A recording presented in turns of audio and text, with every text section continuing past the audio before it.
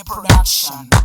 Yaruna dulla anji diobi jugi uniena kayena lumwel. Yaruna dulla anji diobi jugi uniena kayena lumwel. Una nyanga dulumiena kayena lumwel.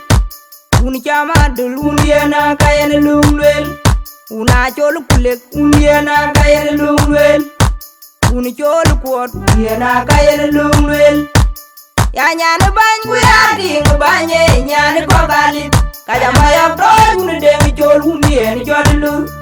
Nyane bangu ya ding banye nyane kogalit. Kaya maya bro uni demi chol uniena jodlu.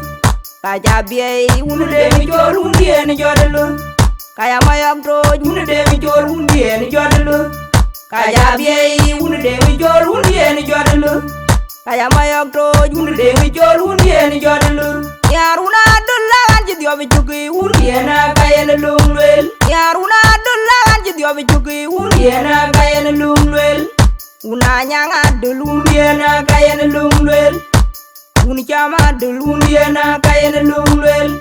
Una cholu kulek uniena kayena lumwel. Uni cholu kuot uniena kayena lumwel.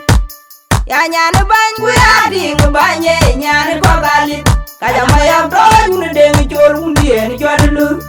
Nyane bangu ya ding banye nyane kogalit. Kaya maya bro uni demi chol uniena jodlu. Kaya biye uni demi chol uniena jodlu. Kaya maya bro uni demi chol uniena jodlu. Kaya biye uni demi chol uniena jodlu. Kaya maya bro uni demi chol uniena jodlu. Yaruna dulla anji diobi jugi uniena kayena lumwel. Yaruna dulla anji diobi jugi uniena kayena lumwel. Una nyanga dulumiena kayena lumwel.